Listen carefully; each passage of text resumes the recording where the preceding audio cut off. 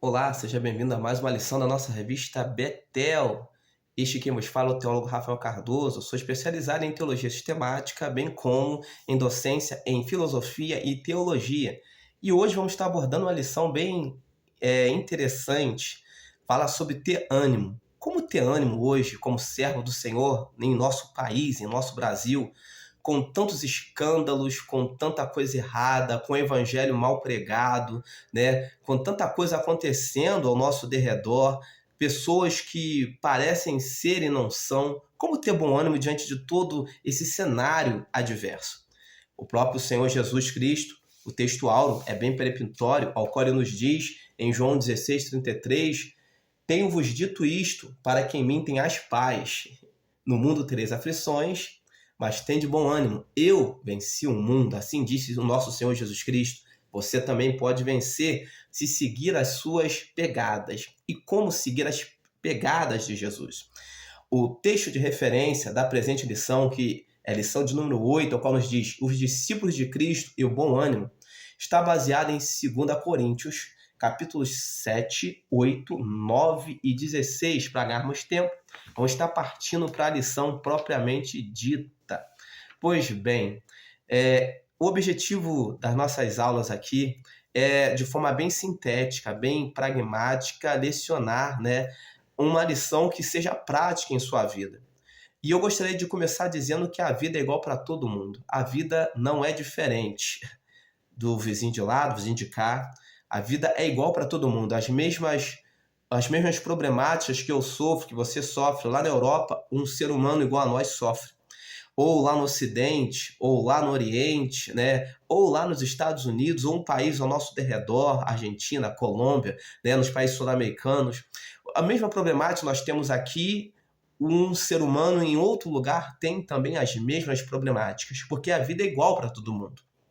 Todo mundo nasce, todo mundo cresce, todo mundo se reproduz e todo mundo morre. Todo mundo tem que trabalhar, todo mundo tem que comer, todo mundo tem que se alimentar, todo mundo tem que dormir, todo mundo tem que descansar, todo mundo tem família, todo mundo tem problemas, né? Todo mundo precisa de dinheiro e uma série de situações e principalmente todos precisamos de Deus. Isso é bom frisar, todo mundo precisa de Deus. Algumas pessoas vão buscar Deus em outras religiões, né? em religiões sincréticas, né? em religiões orientais, né? Em religiões que pregam algumas outras coisas que não coadunam com a palavra de Deus, mas todo mundo, de alguma forma, tenta buscar Deus que precisa dessa paz. Porque nós precisamos, todo ser humano precisa de ânimo para viver. Quando você acorda, você precisa de ânimo para encarar um dia de trabalho, um dia de labuta, um dia ao qual nós vivenciamos nesta terra. Precisamos de ânimo para viver, porque senão nós não vivemos, ficamos enclausurados, presos, né, angustiados dentro de casa. E tudo que Deus não quer é que o servo dele, a serva dele, viva cabisbaixo ou cabisbaixa. Ele quer que nós levantemos a cabeça, andemos de cabeça erguida, apesar das adversidades. E como conseguir tal ato? Como conseguir tal fato? Sabemos que nós vivemos num país onde a conjuntura espiritual não é das mais agradáveis. Alguém diz que o país é o país o Brasil é o país do avivamento, temos igrejas para todos os lados, para todos os cantos, mas a verdade é que nós vivemos um tempo onde nós estamos vendo um evangelho muito raso. Raso em que sentido?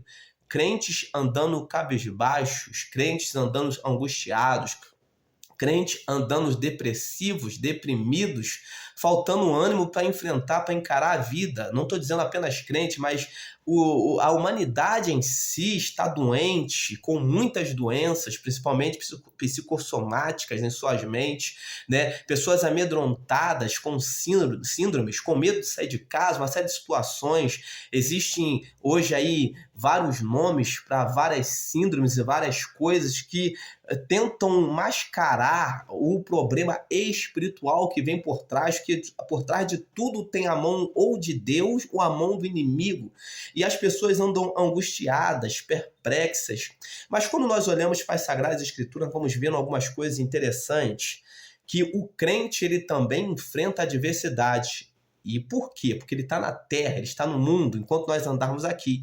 Enquanto estivermos aqui, enfrentaremos lutas e tribulações. Mas o diferencial entre nós e o ímpio é que nós temos a Deus em nossas vidas, nós passamos com Deus.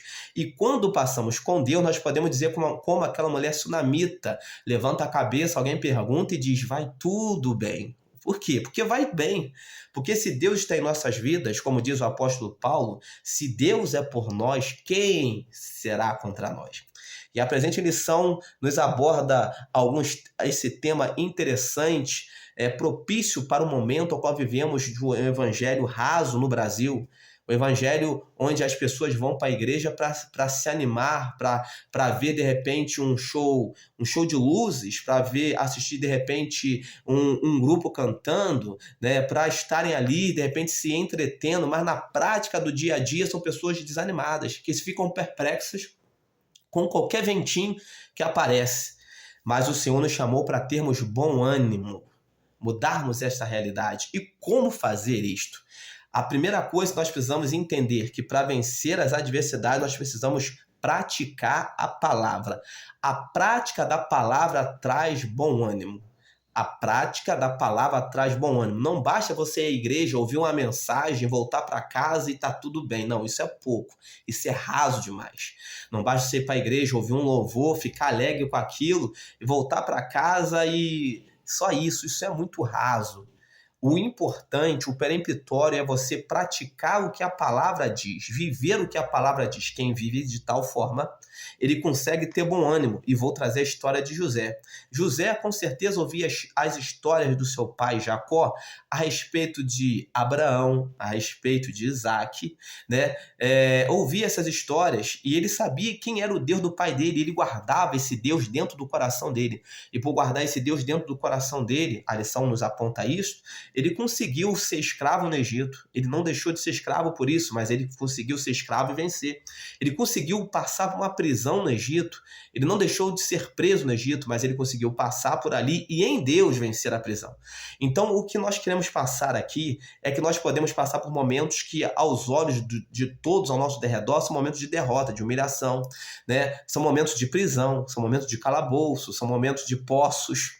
Mas o que nós devemos ter em nossa mente é que quando nós sabemos que Deus está conosco, como diz o apóstolo Paulo, que é outro que a lição aponta, se Deus é por nós, quem será contra nós? Quando nós entendemos isso, que se Deus está conosco, quem vai ser contra nós? Nós conseguimos passar pelos poços, pelas prisões, pelas escravidões, pelas situações complexas da vida, porque Deus está conosco. Isso é prática de palavra.